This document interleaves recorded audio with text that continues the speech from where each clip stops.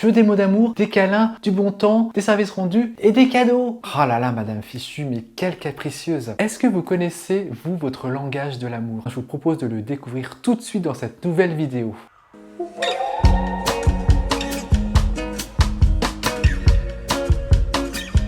Bonjour les euros présents, c'est Ketara, j'espère que vous allez bien. J'ai lu tout récemment un livre de Gary Chapman qui s'appelle Les 5 langages de l'amour. Gary Chapman, c'est un auteur et un écrivain américain qui a publié ce livre en 1992. Et ce livre, en fait, il a eu un succès fulgurant. Il a été vendu à 11 millions d'exemplaires et il a été traduit en 50 langues. Et ce livre, en fait, il m'a complètement passionné. Chaque personne reçoit et donne de l'amour d'une certaine manière. Et pouvoir l'exprimer, ça peut renforcer les liens entre vous et les personnes qui vous sont chères. Alors moi je vous invite à lire ce livre parce que non seulement vous allez pouvoir connaître votre propre langage de l'amour, mais aussi vous allez pouvoir comprendre le langage de l'amour de l'autre. L'autre, c'est votre partenaire ou encore des membres de votre famille, des amis ou voire vos collègues. Alors justement, je vous ai mis un lien dans la barre de description et dans ce lien vous allez pouvoir tester quel est votre langage de l'amour à vous. Et j'aimerais beaucoup en fait que vous me laissiez votre avis dans les commentaires. Dans son livre, Gary Chapman distingue 5 langages de l'amour. 1. Les paroles valorisantes. 2. Les contacts physiques. 3. Le temps de qualité. 4. Les services rendus. Et 5. Recevoir des cadeaux.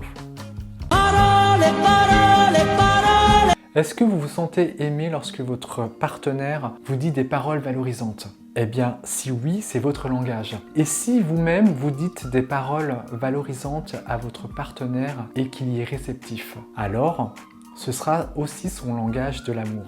Pour certaines personnes, des mots valorisants vont pouvoir remplir leur réservoir émotionnel affectif et parfois pour longtemps. Mais moi, je voulais savoir quel était votre style relationnel en communication verbale. Quel est le ton de vos paroles lorsque vous vous adressez à votre partenaire? Est-ce que c'est plutôt des affirmations positives, des requêtes, des suggestions ou au contraire des exigences, des ultimatums ou des menaces?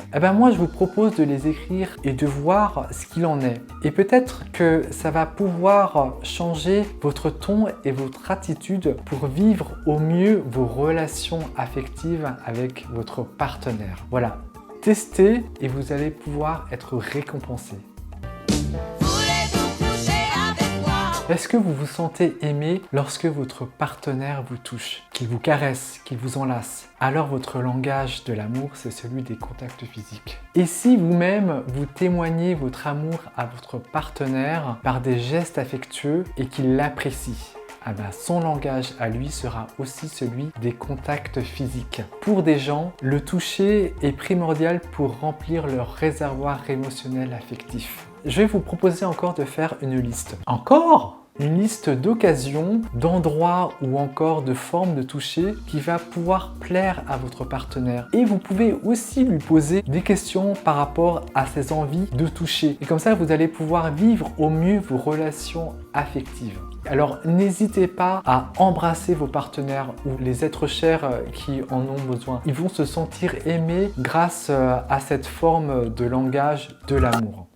Pour un flirt avec toi, je ferai... Si passer du temps de qualité est quelque chose que votre partenaire apprécie et aime par-dessus tout, alors c'est son langage de l'amour. Et si vous-même vous aimez passer du temps précieux avec votre partenaire, alors c'est aussi votre langage. Alors dans la vie, on doit prioriser. On doit prioriser entre le couple, le travail, l'activité physique, les sorties, les copains. Et parfois, pour pouvoir vivre au mieux les relations affectives, il faut savoir passer au second plan certaines choses et de prioriser le temps de qualité avec votre partenaire. Alors, encore une fois, je vais vous proposer de faire des listes. Je l'aurais parié, mais cette fois-ci des listes sur les activités que vous pourriez faire avec votre partenaire. Ce que votre partenaire va pouvoir vraiment aimer, c'est de pouvoir peut-être faire une activité que vous n'aimez pas particulièrement. Et comme ça, vous allez pouvoir prouver votre amour en faisant cette activité qui vous semble pas trop ok, mais pour lui, ça va beaucoup signifier. Alors faites-le et vous allez pouvoir vivre un amour beaucoup plus intense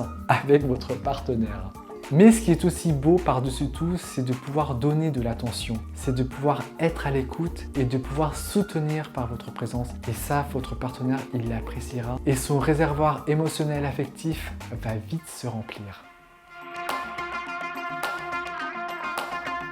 Savez-vous rendre des services à votre partenaire? Eh bien, si votre partenaire vous aime parce que vous lui rendez des services, alors c'est son langage amoureux. C'est par où la fuite? Et si vous vous sentez aimé parce que votre partenaire vous a rendu service, alors c'est aussi votre langage de l'amour. Alors, rendre service par amour. Ben oui, pour certaines personnes, quand on leur rend service, leur réservoir émotionnel affectif se remplit. Alors, vous allez me dire que je vais encore vous parler des listes. Mais oui, toujours, vous pouvez faire des listes de services rendus à votre partenaire et peut-être vous pouvez les accomplir une fois par jour, une fois par semaine ou encore une fois par mois. Eh bien, le réservoir émotionnel affectif de votre partenaire va se remplir grâce aux services rendus. Bon, parfois, il n'est pas toujours facile de rendre service, mais il suffit de casser des barrières, de casser des croyances limitantes qui correspondent à des schémas parentaux. Et bien, comme ça, vous allez vous sentir évoluer et ça va vous faire sortir de votre zone de confort et votre relation sera d'autant plus belle. Qui n'aime pas recevoir des cadeaux ? Moi, personnellement, j'aime bien, mais ce n'est pas forcément mon langage de l'amour. Alors, si votre partenaire se sent aimé parce que vous lui offrez des cadeaux, alors c'est son langage de l'amour. Et si vous-même, vous vous sentez aimé parce que vous recevez des cadeaux de votre partenaire, alors c'est aussi votre langage de l'amour. Il y a certaines personnes qui vont vraiment se sacrifier pour offrir le plus beau des cadeaux à leur partenaire. Et leur partenaire va vraiment se sentir aimé par cette action. Et vous pouvez aussi offrir un cadeau sur lequel vous avez passé du temps. Et là, votre partenaire va se sentir d'autant plus aimé parce que vous avez passé du temps dessus. Et pour remplir le réservoir émotionnel affectif de votre partenaire, vous allez faire quoi? Eh ben, vous allez faire encore des listes. Eh ouais, des listes de cadeaux que vous avez déjà offerts à votre partenaire que vous pouvez renouveler et aussi vous pouvez demander les goûts de votre partenaire à son entourage pour pouvoir innover dans les cadeaux et il va aussi se sentir beaucoup plus aimé par rapport à ça. Mais le plus beau des cadeaux aussi pour votre partenaire, c'est de pouvoir offrir votre présence à un événement bien particulier. Et aussi un cadeau inestimable, c'est de pouvoir revivre quelque chose de très fort que vous avez déjà vécu avec votre partenaire. Et ça, votre amour sera d'autant plus beau par la suite. Voilà, j'espère que je vous ai bien éclairé sur les langages de l'amour. Mais ce n'est pas tout parce qu'en début de vidéo, je vous avais parlé d'un lien et sur ce lien, vous pouvez tester votre langage de l'amour. Et ce qui me ferait vraiment plaisir, c'est que vous me disiez en commentaire quel est votre langage. Voilà, alors plus vous pratiquerez le langage de l'amour et plus vous serez récompensé. J'espère que cette vidéo vous a plu. Si vous avez aimé, n'hésitez pas à mettre des pouces bleus. Vous pouvez aussi commenter, partager et vous abonner. Je vous dis à très bientôt dans une prochaine vidéo. Et en attendant, soyez bien au présent.